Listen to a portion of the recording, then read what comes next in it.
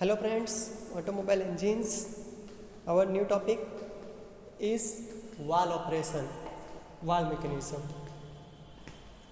हमारा जो टॉपिक चल रहा है कंपोनेंट्स ऑफ आईसी इंजन, जिसके अंदर अभी तक हमने piston, connecting road, crankshaft and flywheel, उसके बारे में हमने सही से स्टडी किया है। अब आज हमारा जो टॉपिक है वो है वाल्व मैकेनिज्म। और वाल्व का जो वीडियो है, प्रैक्टिकल वीडियो, वो भी मैंने आपको पहले बताया हुआ है। अब हम आगे बढ़ते हैं। यहाँ पे आप पूरा एक लिटिल बिट एक वीडियो है कि जिसके अंदर आप देख सकते हो कि किस तरीके से मैकेनिज्म वर्क कर रही है।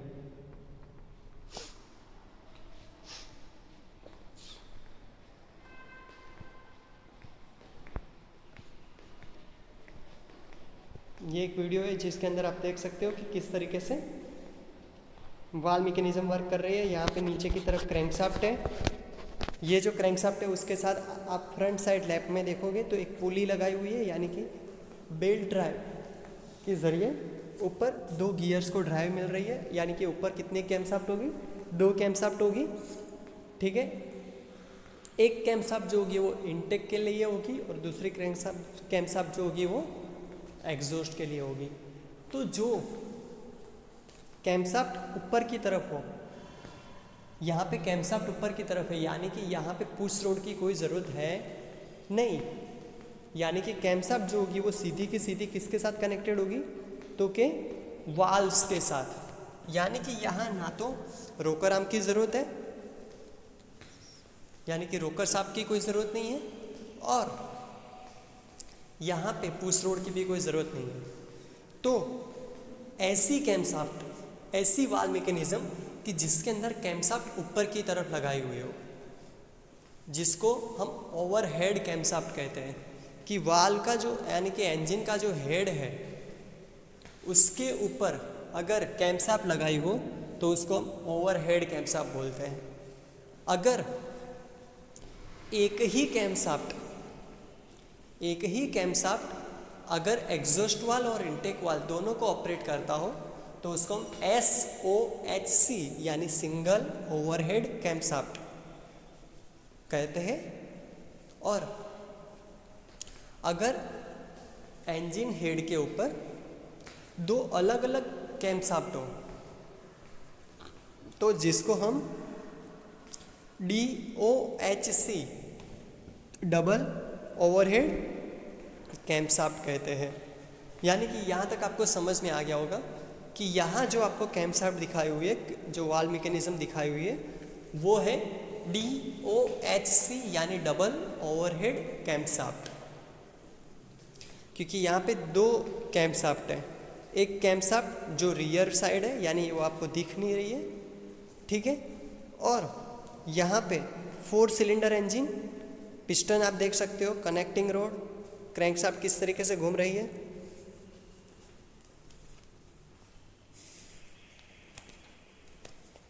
यहाँ पे जो स्काई ब्लू कलर है जहाँ पे हो रहा है वो सक्शन है। उसके बाद yellow colour compression, red colour power और ऑरेंज कलर जो है वो एग्जॉस्ट है।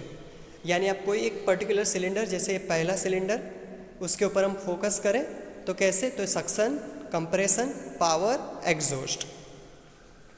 स्काई ब्लू कलर से सक्शन शुरू करना है, तो देखते हैं हम कैसे। सक्शन, कंप्रेशन, पावर, एग्जॉस्ट,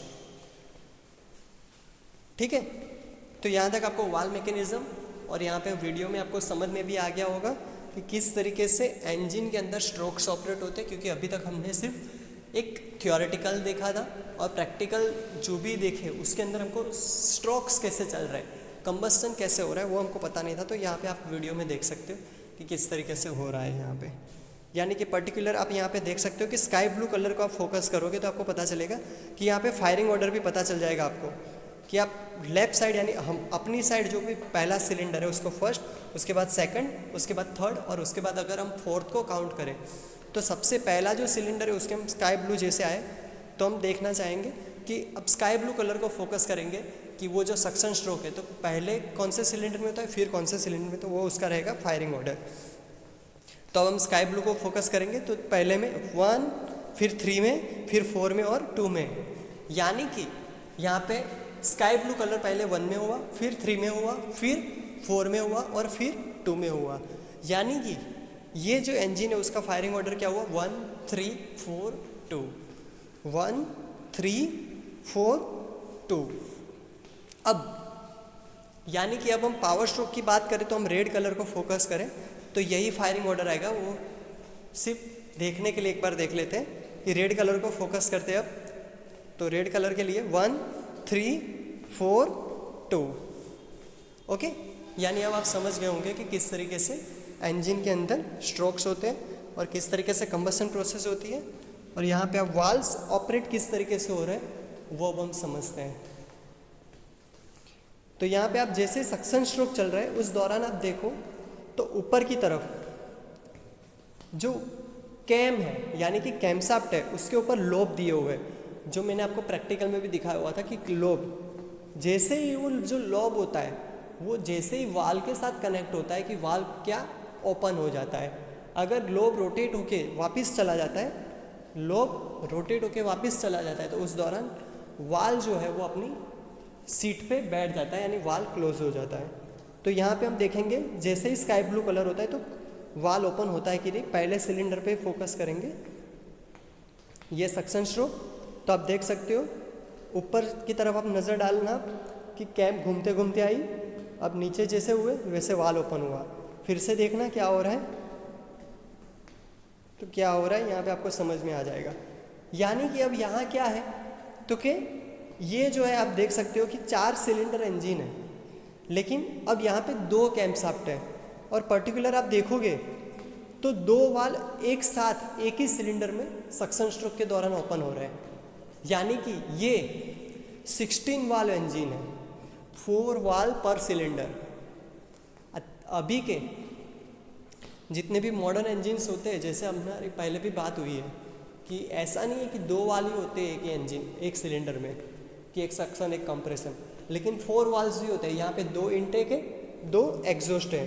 तो आप देख सकते हो जैसे ही सक्शन स्ट्रोक चालू हो रहा है वैसे ही यहाँ पे 2 इनटेक वाल जो है वो ओपन हो रहे हैं, और एग्जॉस्ट के दौरान आप देखना अब कौन से वाल ओपन हो रहे हैं। सिर्फ फर्स्ट सिलेंडर के ऊपर फोकस करना तो आपको समझ में आ जाएगा कि ये सक्शन स्ट्रोक जो राइट वाली जो कैमशाफ्ट है उसका दोनों वाल्व्स ऑपरेट हो रहे हैं। ये नीचे आया, ये ओपन हो गया, ठीक है। यहाँ तक आपको समझ में आ गया होगा कि वाल्व किस तरीके से ऑपरेट होते हैं, और इसको हम क्या कहते हैं, DOHC यानी double overhead cam shaft, double overhead cam shaft.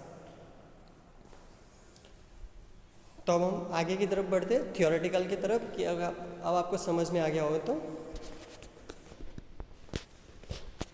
यहाँ पे इंजन वाल्व्स दिखाए हुए हैं, यहाँ पे आप देख सकते हो एक वाल्व बड़ा है और एक वाल्व छोटा है।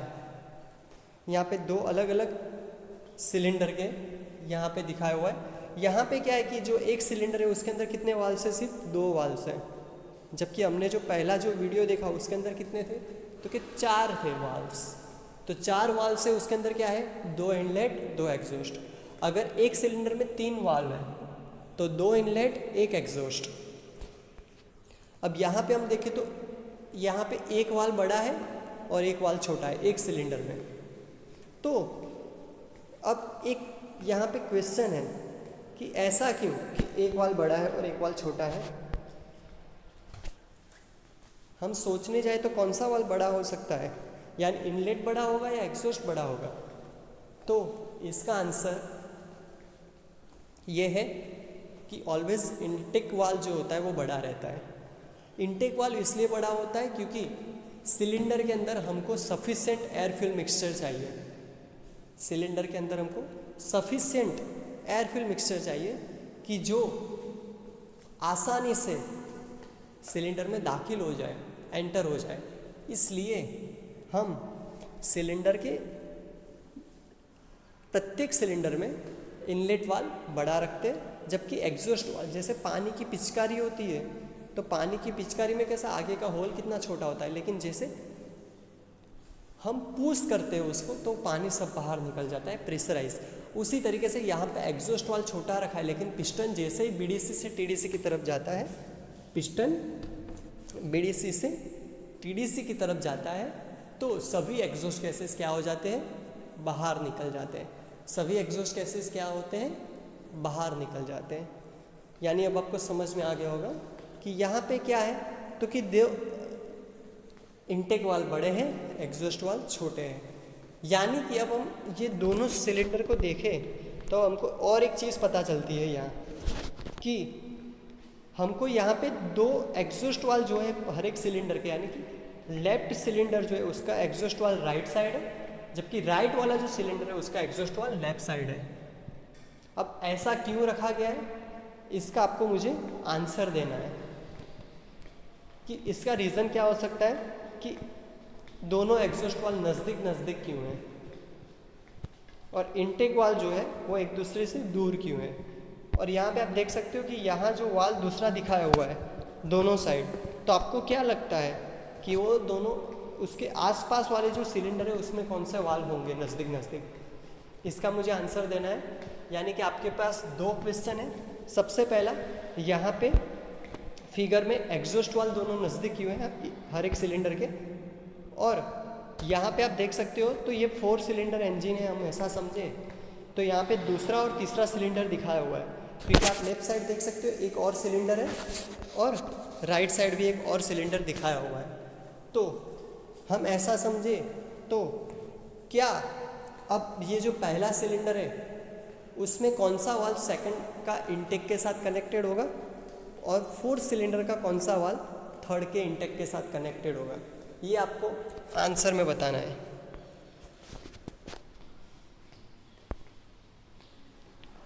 यहाँ पे इंजन वाल्व स्प्रिंग है, ये रिटेनर स्प्रिंग होती है कि जैसे हम उसको कंप्रेस करते हैं बाद में वाल्व को लिफ्ट तो करना होता है ना, तो वो लिफ्ट करने के लिए यहाँ पे वाल्व रिटेनर स्प्रिंग या तो इंजन स्प्रिंग या तो वाल्व स्प्रिंग हम कहते हैं इसको, कि जो क्या करता है तो कि वाल्व को रिटेन कर लेता है अपनी लोकेशन से। यहाँ पे वाल्व मैकेनिज्म दिखाई हुई है, यहाँ पे आप देख सकते हो क्रैंकशाफ्ट। अब यहाँ पे आप इसकी गियर पुली देख सकते हो और कैमशाफ्ट की गियर पुली देख सकते हो। हमने पहले भी बात की हुई है कि क्रैंकशाफ्ट के जितने रिवॉल्यूशन होते हैं उससे आधे रिवॉल्यूशन किसके होते हैं, कैमशाफ्ट के। इसलिए हमको कैमशाफ्ट का जो गियर होता है वो कैसा बनाना पड़ता है, उससे डबल बनाना पड़ता है। यानी कि सपोज कि क्रैंकशाफ्ट के ऊपर 24 टीथ है, 24 दांतें हैं, तो कैमशाफ्ट के ऊपर 48 होंगे, क्योंकि क्रैंकशाफ्ट जब 2 बार घूमती है तब कैमशाफ्ट सिर्फ एक ही बार घूमती है, क्योंकि हर क्रैंकशाफ्ट के 2 रिवॉल्यूशन में कैम को एक ही बार घूमना होता है, वाल्व्स को एक ही बार ऑपरेट करना होता है। यहाँ पे आप सभी पार्ट्स के बारे में समझ सकते हो। ये जो है वो कैम है, यहाँ पे आप देख सकते हो एक कैम ऊपर है और एक कैम नीचे दी हुई है। तो यहाँ पे जो कैम नीचे की तरफ है, जो कैम नीचे की तरफ है उससे वाल्व ऑपरेट हो जाएगा, और जो कैम ऊपर की तरफ है उससे वाल्व क्लोज हो जाएगा। यहाँ पे आप वीडियो में देख सकते हो ये V8 इंजन है, क्योंकि यहाँ पे V इंजन है, यानी कि आप देख सकते हो यहाँ पे 4 कैमशाफ्ट लगाई हुई है ना, 4 कैमशाफ्ट है। अब आप पर्टिकुलर कोई एक सिलेंडर पे ही फोकस करना होता है। अगर आप पूरी सिस्टम को देखने जाओगे तो आपको समझ में नहीं आएगा कि किस तरीके से वाल्व्स ऑपरेट हो रहे हैं।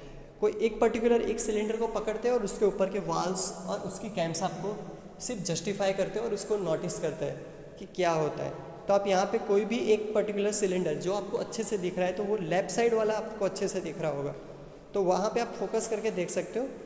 यहाँ पे जो ब्लू कलर में जो है वो सक्शन यानी इनटेक वाल्व होंगे, और ऑरेंज कलर में जो है वो एग्जॉस्ट वाल्व्स होंगे।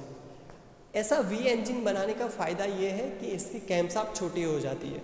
यहाँ पे 8 सिलेंडर है, फिर भी क्रैंकशाफ्ट कितनी छोटी है, जबकि अगर इनलाइन इंजन यानी हम लाइन में अगर 8 सिलेंडर रख दें तो उसकी क्रैंकशाफ्ट बहुत लंबी हो जाएगी।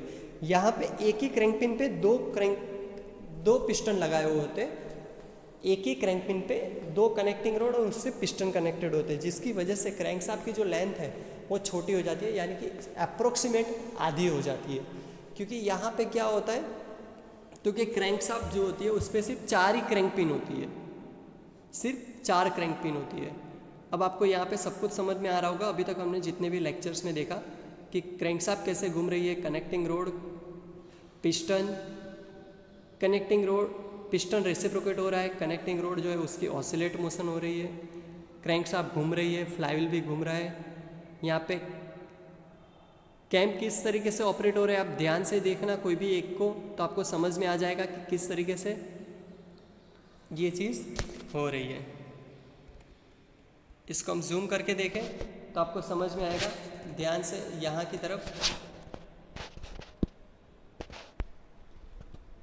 कि ये जो ऊपर की तरफ है उसको हम देखें तो देखो वाल जैसे ही कैम नीचे की तरफ आती है वैसे ही वाल ओपन हो जा रहा है।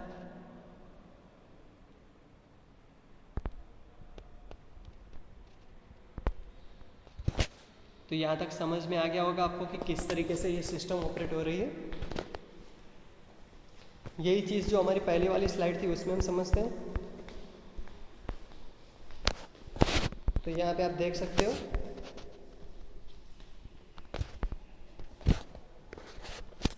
किस तरीके से मैकेनिज्म हो रही है। ये अब वाल ओपन हो गए, क्लोज हो गए, कैम नीचे की तरफ आया, वाल ओपन हुए, क्लोज हो गए।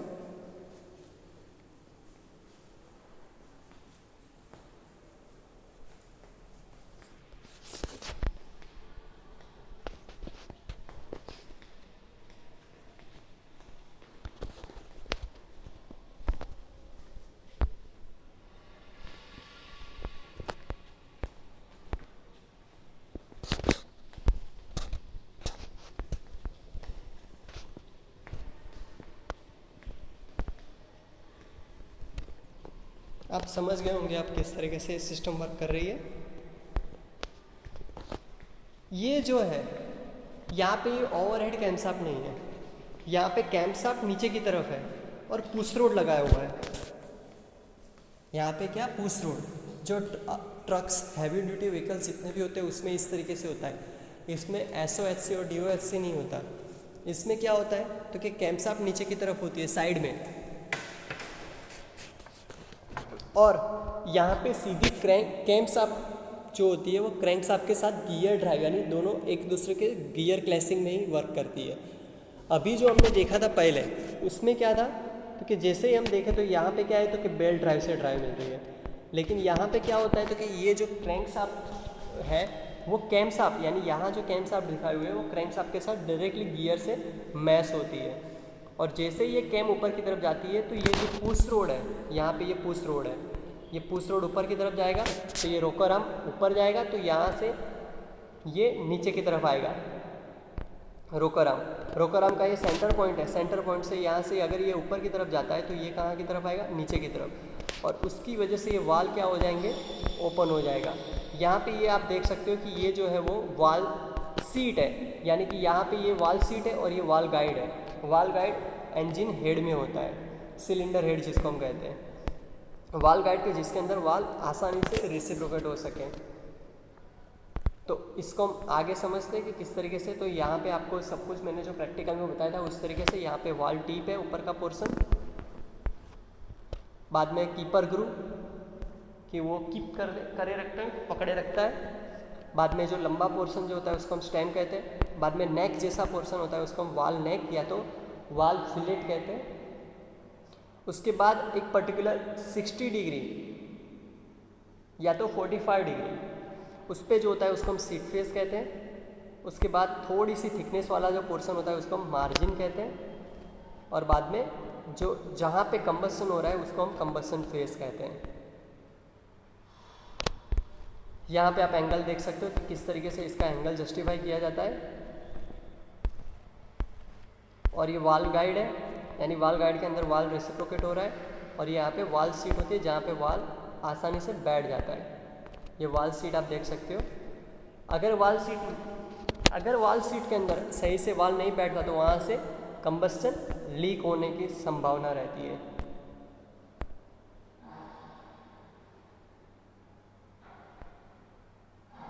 यहाँ पे आप देख सकते हो ये कैम है।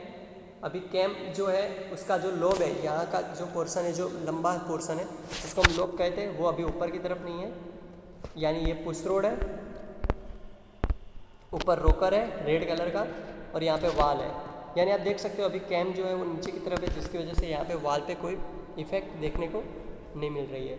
और उसी तरीके से यहाँ पे हम देखें, आप देख सकते हो यहाँ पे कैसे मैकेनिज्म है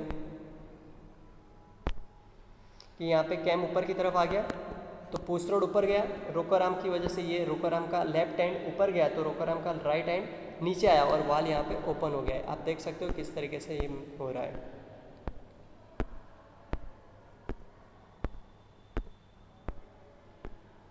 क्लोज ओपन, कैम नीचे वाल क्लोज, कैम ऊपर वाल ओपन।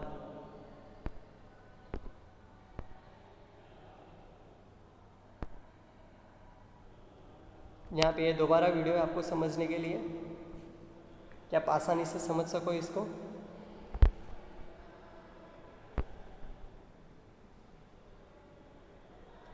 ये आपके लिए बहुत इम्पोर्टेंट चीज़ है आपके सिलेबस और करिकुलम के लिए कि अगर ये आपको समझ में आया तो ये आप इंजन में अगर और आगे समझ पाओगे। हेलो फ्रेंड्स, अब हम वाल और उसके रिलेटेड कुछ इक्विपमेंट्स है जिसके बारे में आज हम स्टडी करेंगे। तो सबसे पहले ये वाल्स है, ये वाल स्प्रिंग है, ये रोकर आर्म है, ठीक है, और ये रोकर है जो आपने पहले भी देखा हुआ है एक वीडियो में। अब ये सभी के बारे में हम डीपली नोमेनक्लेचर के हिसाब से स्टडी करते हैं कि क्या क्या है। तो सबसे पहले हम वाल के बारे में समझते हैं। तो यहाँ पे अब आपको दिख रहा होगा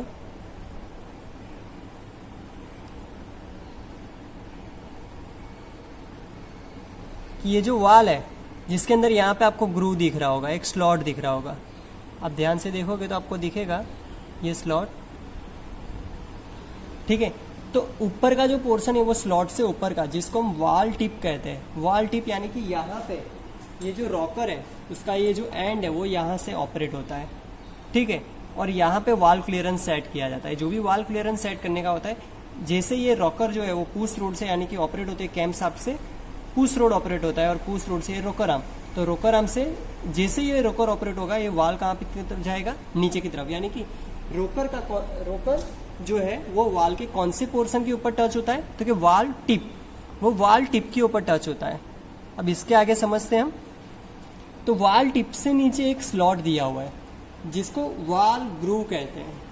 ये लॉक ग्रूव भी कहते हैं इसको। लॉक ग्रूव क्यों? क्योंकि यहाँ पे स्प्रिंग का एक एंड होता है जो वहां पे लॉक हो जाता है। अब यहाँ से कि सीधा नीचे तक हम देखें तो ये जो एक सीधा एक रोड जैसा दिया हुआ है जिसको हम स्टेम कहते हैं, वाल स्टेम, जिसको हम क्या कहते हैं, वाल स्टेम कहते हैं। अब यहाँ से हम नीचे देखें तो यहाँ से अब ये नेक जैसा पोर्शन बन रहा है।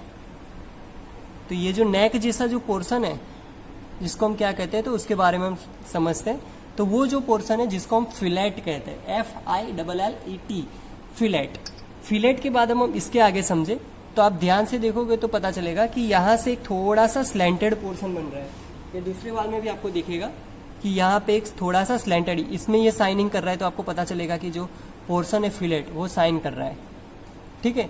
यानी कि वो थोड़ा स्लैंटेड रहता है। वो कितने डिग्री पे स्लैंटेड रहता है, तो वो 60 डिग्री के आसपास, 45 to 60 डिग्री के आसपास। ये क्यों ऐसा दिया होता है फेस, क्योंकि वो जो है वो वाल गाइड जो होता है और वाल सीट जो है उसमें वाल गाइड के अंदर स्टेम होता है और ये जो है वो वाल सीट के अंदर आसानी से बैठ जाए, जिसकी वजह से यहाँ से कंबस्टन लीक ना हो, या तो एयर फ्यूल मिक्सचर या तो जो एग्जॉस्ट गैसेस है वो कहीं पे भी लीक ना हो, जिसके लिए यानी कि सबसे पहले टिप, उसके बाद ग्रूव, उसके बाद स्टेम, फिर यहाँ पे नेक जैसा जो पोर्शन है उसको हम क्या कहते हैं, फिलेट कहते हैं। फिलेट के बाद आएगा वाल फेस, यानी जो उस वाल में साइनिंग कर रहा था, और यहाँ का जो पोर्शन है जिसको हम कंबस्टन हेड भी कहते हैं या तो वाल हेड भी कहते हैं, कंबस्टन फेस भी इसे कहा जाता है। इस तरीके से आपको वाल के बारे में समझ में आ गया होगा। अब ये जो है ये वाल स्प्रिंग है, ये वाल के ऊपर इस तरीके से लगती है। क्यों? क्योंकि जैसे ही रॉकर जो है वो इसको ऑपरेट करता है तो ये वाल ओपन तो हो गया, लेकिन इसको रिटेन करने के लिए, रिटेन यानी वापस लाने के लिए, क्योंकि ये रॉकर ऊपर हो जाएगी लेकिन ये वाल ऊपर वापस कैसे आएगा, तो वाल को ऊपर लाने के लिए वाल रिटेनर स्प्रिंग होती है। वो वाल रिटेनर स्प्रिंग जो होती है वो वाल को जैसे ही वहां से वो सिलेंडर के अंदर जैसे ही वो वाल खुलता है तो वो वापस ऊपर ले जाने के लिए वाल्व रिटेनर स्प्रिंग होती है। और ये वाल्व रिटर्निंग स्प्रिंग भी आप ध्यान से देखोगे तो आपको पता चलेगा कि यहाँ से यहाँ तो ये सिलिंड्रिकल यानी कि गोलाकार शेप में है, लेकिन यहाँ से ये क्या हो गई है, फ्लैट फेज में हो गई है। फ्लैट फेज क्यों दी हुई है, क्योंकि वो वाल्व जो है वो वहां पे उसके वाल्व फेस जो है वहां पे और फिलेट जो है वहां पे वो आसानी से बैठ जाए, जिसकी वजह से कि वहां से वो ऑसिलेट ना हो या तो कोई अनबैलेंस ना हो।